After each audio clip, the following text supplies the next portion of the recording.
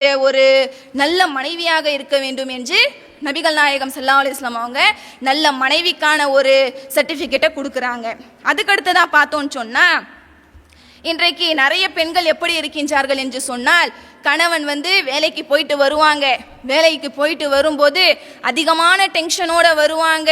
ஏதாவது அவங்களுடைய முதலாளிகளுடைய அந்த ஏச்சுக்கும் பேச்சுக்கும் ஆட்பட்டு மன உளைச்சலோட ரொம்ப அசதியாக வருவாங்க.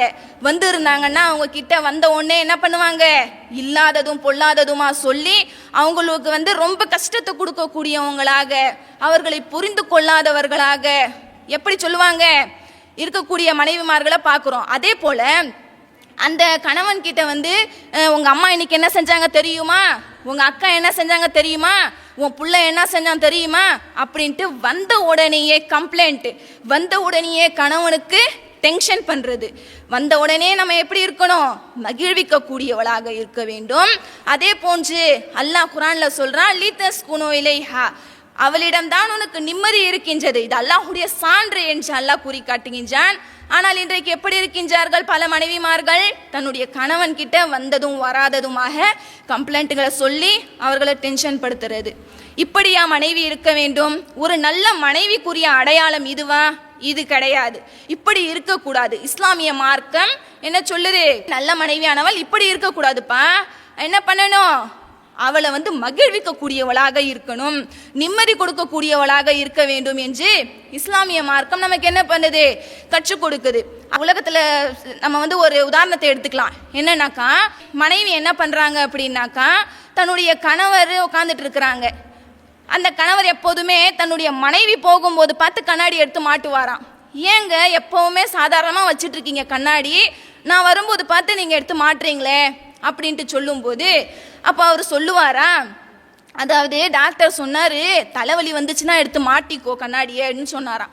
அப்போ அந்த அளவுக்கு மனைவி என்பவள் தன்னுடைய கணவனுக்கு பணிவிடை செய்பவளாக, அனுசரிப்பவளாக, சந்தோஷத்தை கொடுப்பவளாக, கணவனுடைய மனநிலையை புரிந்து கொள்பவளாக இருக்க வேண்டும். அவருக்கு தலைவலியை ஏற்படுத்தக்கூடியவளாக இருக்கக்கூடாது. அப்போ நபிகள் நாயகம் ஸல்லல்லாஹு அலைஹி வஸல்லம் அவங்களுடைய காலத்துல நபிகள் நாயகம் ஸல்லல்லாஹு அலைஹி வஸல்லம் அவங்களுக்கு வஹி இறங்குது. முதலா வஹி இறங்குது.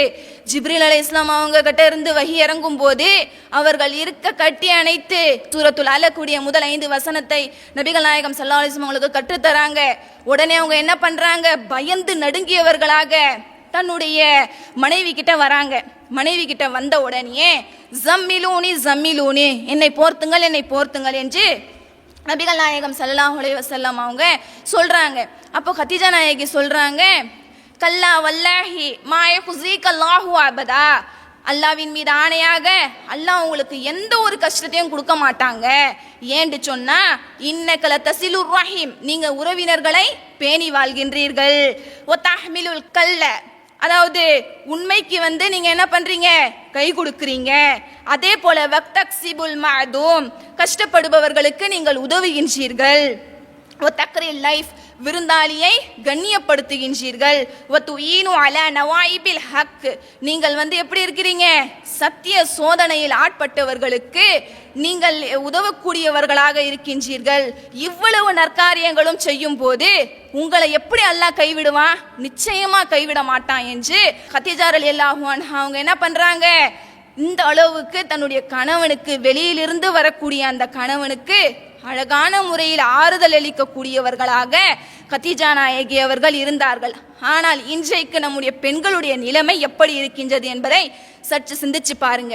அப்போ நம்முடைய கணவன்மார்கள் வெளியிலிருந்து எந்த விதமான டென்ஷன்ல வராங்களோ, எந்த ஒரு அசதியில வராங்களோ, எந்த ஒரு சுமைகளோடு வராங்களோ, யாராவது ஒரு குழப்பவாதிகள் செய்யக்கூடிய அந்த ஃபித்னாவுக்கும் அது மாதிரியான ஒரு பொது வாழ்க்கையில் ஈடுபட்டு கொண்டிருக்கக்கூடிய மனிதராகவும் இருக்கலாம். வந்த உடனே அவங்களுடைய முகத்தை பார்க்கணும். பார்த்த உடனே அவர் எந்த கஷ்டத்தில் இருக்கிறாரு என்பதை புரிந்து கொண்டு நாம் என்ன பண்ணணும், அவர்களுக்கு ஏற்ற மாதிரி அவர்களை அனுசரிக்கணும்னு சொல்லிட்டு இஸ்லாம் சொல்லுது. ஒன்றும் இல்லை, ஒரு முறை ஐஷா நாயகி அவங்க என்ன பண்ணுறாங்க, தன்னுடைய பால்குடி சகோதரர்கிட்ட உட்காந்து பேசிட்டு இருக்காங்க. அப்போ ரசூல்லாவுக்கு ஒரு மாதிரியாக பார்க்குறாங்க. ரசூல்லா முறைச்சி பார்க்கும்போது ரோஷமாக ஐஷா நாயகி அவங்க புரிஞ்சுக்கிறாங்க, ஏதோ நம்மளை ரசூல்லா இது மாதிரி பார்க்குறாங்க, என்னன்னு தெரியலையே அப்படின்ட்டு உடனே போகிறாங்க. யா ரசூலுல்லாஹ், இவர் என்னுடைய பால்குடி சகோதரர், அதனால தான் இவர்கிட்ட என்ன பண்றேன், நான் உட்காந்து பேசிட்டு இருக்கிறேன் அப்படின்ட்டு சொல்றாங்க. சொன்ன உடனே நபிகள் நாயகம் ஸல்லல்லாஹு அலைஹி வஸல்லம் அவங்க சொல்றாங்க, யார் உங்களுடைய பால்குடி சகோதரர் என்பதை சரியாக நீ தெரிந்து கொண்டு பேசு அப்படின்றாங்க. கணவருடைய அந்த முகம் அப்படியே கொஞ்சம் சேஞ்ச் ஆனதால நம்முடைய கணவன் ஏதோ ஒரு மனநிலையில இருக்கிறாங்க, ஏதோ ஒன்று சொல்றாங்க என்பதை புரிந்து கொண்டு என்ன பண்றாங்க, தன்னுடைய கணவர்கிட்ட போய் கேட்கக்கூடியவராக ஐஷா நாயகி அவங்க இருந்தாங்க. அப்போ நம்முடைய கணவரும் வெளியில இருந்து வரும்போது எந்தவித ஒரு கவலையோட, எந்த கஷ்டத்தோட, எந்த மன உளைச்சலோட வராங்க என்பதை அறிந்துகிட்டு நம்ம என்ன பண்ணணும், அவர்களை அனுசரிக்கக்கூடிய மனைவியாக, நல்ல மனைவியாக இருக்க வேண்டும் என்று இஸ்லாம் சொல்லுகின்றது. அப்போ கதீஜா நாயகி அவர்கள் எந்த அளவுக்கு நபிகள் நாயகம் ஸல்லல்லாஹு அலைஹி வஸல்லம் அவங்களுக்கு ஆறுதல் சொன்னாங்க பாருங்க.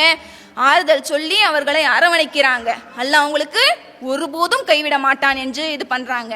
கதீஜா நாயகி அவர்களுக்கு ஜிப்ரீல் அலைஹிஸ்ஸலாம் அவங்க சலாம் சொல்றாங்க, கதீஜாவுக்கு சலாம் சொல்லுங்க, அவர்களுக்கு மறுமையில் முத்தாலான ஒரு மாளிகை உண்டு என்று சொல்கின்றார்கள். அப்போ நபிகள் நாயகம் ஸல்லல்லாஹு அலைஹி வஸல்லம் அவங்களுக்கு தேவையான அந்த உணவை ஹிரா குகை வரைக்கும் சமைச்சு எடுத்துட்டு போய் கொடுப்பாங்க. தீர்ந்து போச்சுன்னா திரும்பவும் சமைச்சு எடுத்துட்டு போய் கொடுப்பாங்க. அதே போல அவர்களுக்கு நல்ல முறையில மார்க்க பணியை எடுத்து சொல்வதற்கு கதீஜா நாயகி அவங்க ஒரு உறுதுணையாக இருந்தாங்க. அவங்களுடைய செல்வத்தை வைத்து அவர்கள் என்ன பண்ணாங்க, தன்னுடைய கணவருக்கு உதவக்கூடியவர்களாக இருந்தார்கள்.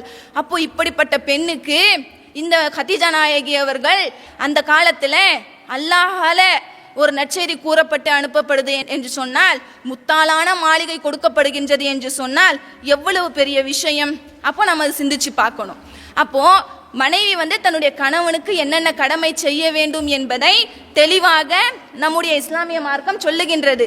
அதுக்கென்று கணவன் என்ன சொன்னாலும் கட்டுப்படணும், கணவனுடைய பேச்சை மதிச்சு வாழணும்னு சொல்லி இஸ்லாம் சொல்லலை.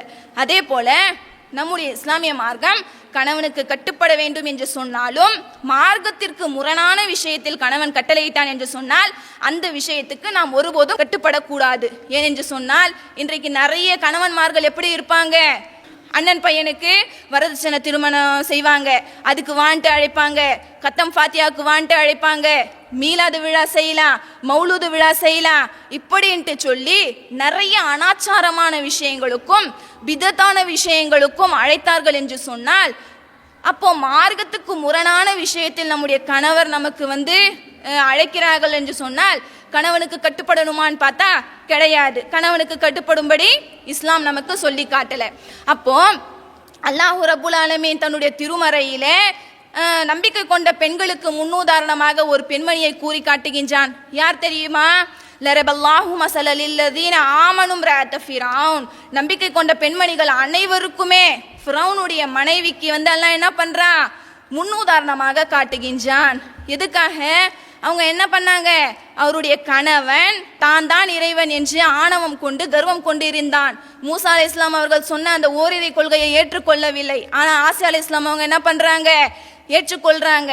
அப்போ கணவனுக்கு அந்த விஷயத்துல அவங்க கட்டுப்பட்டாங்களா?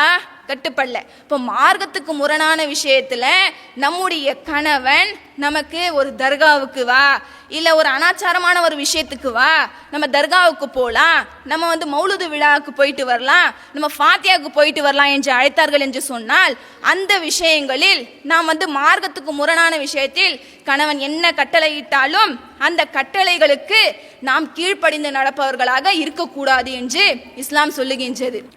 இஸ் காலத் ரப்பி புனிலி இந்தக பைத்தன் ஃபில் ஜன்னா வனஜீனி மின் ஃபிரௌன வ அமலிஹி வனஜீனி மினல் கௌமில் லாலிமீன். அந்த ஆசியா அலைஹிஸ்ஸலாம் அவங்க எப்படி இருந்தாங்க, நிறைய செல்வ செழிப்போட மன்னருடைய மனைவியாக இருந்தாங்க.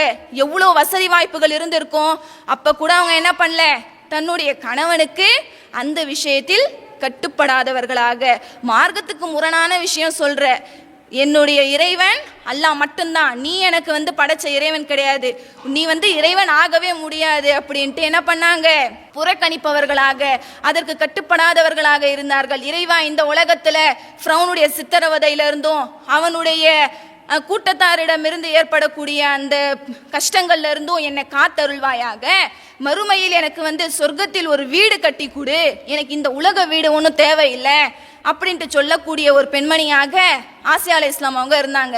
அப்போ நம்பிக்கை கொண்ட பெண்மணிகளுக்கு முன்னுதாரணமாக ஆசியா அலைஹிஸ்ஸலாம் அவங்கள வந்து அல்லாஹ் குர்ஆன்ல சொல்றான்னா சும்மா சொல்லல, நம்முடைய சமுதாய மக்கள் படிப்பினை பெற வேண்டும். அப்போ பெண்களுக்கு இந்த ஒரு விஷயத்துல, இந்த ஒரு வசனத்துல இறைவன் சொல்லக்கூடிய இந்த வரலாற்றில மிகப்பெரிய படிப்பினை இருக்குது என்பதை விளங்கி கொள்ள வேண்டும்.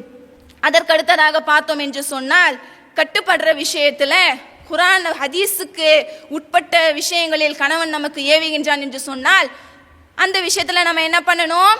கட்டுப்படக்கூடியவர்களாக இருக்க வேண்டும் என்று இஸ்லாம் நமக்கு கூறி காட்டுகின்றது. நபிகள் நாயகம் ஸல்லல்லாஹு அலைஹி வஸல்லம் அவங்களுடைய காலத்துல ஒரு நபித்தோடர் இருக்கிறாங்க. அவங்க என்ன பண்றாங்கன்னாக்கா, அவருக்கு ஒரு தோட்டம் இருக்குது. அந்த தோட்டத்தை ஒட்டி இன்னொருத்தவங்களுடைய ஒரு மரம் இருக்கின்றது. அப்போ நபிகள் நாயகம் ஸல்லல்லாஹு அலைஹி வஸல்லம் சொல்றாங்க, இந்த தோட்டத்தை ஒட்டி இருக்கிற இந்த மரத்தையும் இவங்க கொடுத்தாங்கன்னா நான் வந்து என்ன பண்ணுவேன்? சுற்றுச்சுவரை அமைச்சிப்பேன். அவங்க கிட்ட கொஞ்சம் கேட்டு வாங்கி தாங்க ரசூலுல்லாஹ் அப்படின்ட்டு ஒரு கோரிக்கை சொல்றாங்க. கோரிக்கை வச்ச உடனே நபிகள் நாயகம் ஸல்லல்லாஹு அலைஹி வஸல்லம் அவங்களும் அந்த மனிதர்கிட்ட கேட்குறாங்க, இது மாதிரி அவங்களுடைய தோட்டத்தை ஒட்டி ஒரு மரம் இருக்குது, அந்த மரத்தை நீ என்ன பண்ணு? கொடுத்துடுப்பா.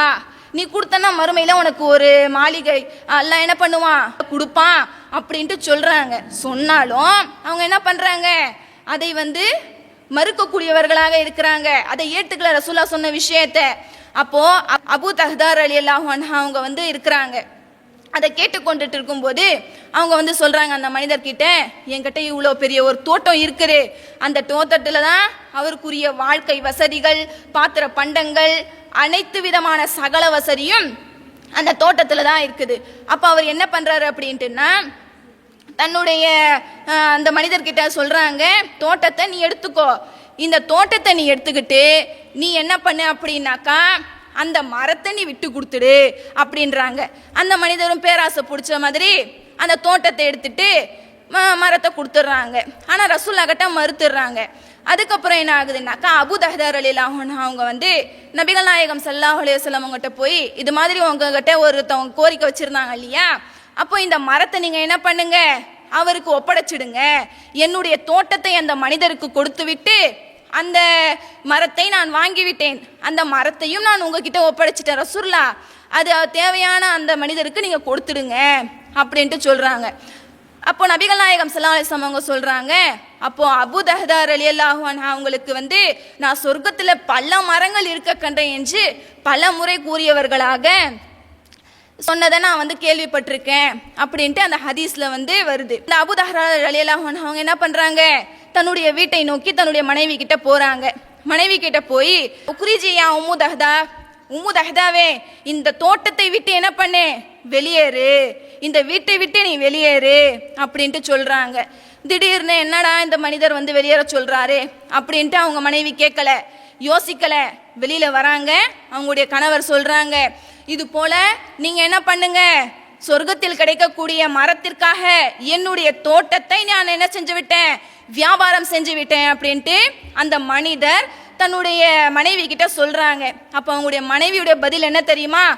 நல்ல சிறந்த வியாபாரத்தை, லாபகரமான வியாபாரத்தை நீங்க செஞ்சிருக்கீங்க அப்படின்னு சொல்றாங்க. உடனே தன்னுடைய கணவர் சொல்லிட்டாங்களேன்ற ஒரு கட்டளைக்கு என்ன பண்றாங்க? கீழ்ப்படிஞ்சு நடக்கக்கூடியவர்களாக அந்த கட்டளை ஏற்று நடக்கக்கூடிய சஹாபிய பெண்களை நாம் பார்க்கின்றோம்.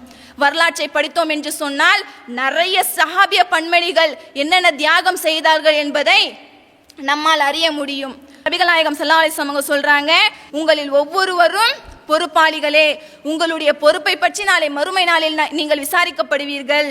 ஒரு பெண் வல் மர்அத்து ராயத்து அலா பைத்தி ஜௌஜிஹா, ஒரு பெண் தன்னுடைய வீட்டுக்கு பொறுப்பாளி. வீட்டுக்குன்னா தன்னுடைய கணவனுக்கு, பிள்ளைகளுக்கு மட்டும் கிடையாது, மாமனார் மாமியார், கணவனுடைய சகோதரன் சகோதரிகள், இப்படி எல்லாருக்குமே வந்து பொறுப்பாளியாக இருக்கின்றார். வ வலதிஹி, அவளுடைய குழந்தைக்கு, ஃபகுல்லுக்கும் ராயின் வ குல்லுக்கும் மஸ்ஊலுன் அன் ரய்யதிஹி, இந்த விசாரணை குறித்து நாளை மறுமை நாளில் விசாரிக்கப்படுவாள் என்று நபிகள் நாயகம் ஸல்லல்லாஹு அலைஹி வஸல்லம் அவங்க சொல்றாங்க. அப்போ மனைவியின் கடமை என்பது கணவனுக்கு செய்ய வேண்டிய அனைத்து பணிவிடைகளும் சரி, அதே போன்று குழந்தைகளுக்கு செய்ய வேண்டிய பணிவிடைகளும் சரி, மாமனார் மாமியார் நாத்தனார் அதே போன்று அவர்களுடைய உறவுகள் அனைவருக்கும் செய்ய வேண்டிய பணிவிடை என்று எல்லா பணிவிடைகளையுமே இஸ்லாம் மனைவின் மீது சுமத்திருக்கின்றது. அப்ப எந்த அளவுக்கு உரிமைகள் கொடுத்திருக்கின்றதோ அந்த அளவுக்கு கடமைகளும் கொடுத்திருக்கின்றது. அந்த கடமைகளை சரிவர பேணி என்னுடைய உரைக்கு திரையிடுகின்றேன். வாஹிர் தாவனானில் அல்ஹம்துலில்லாஹி ரப்பில் ஆலமீன். அஸ்ஸலாமு அலைக்கும் வரஹ்மத்துல்லாஹி வபரகாத்துஹு.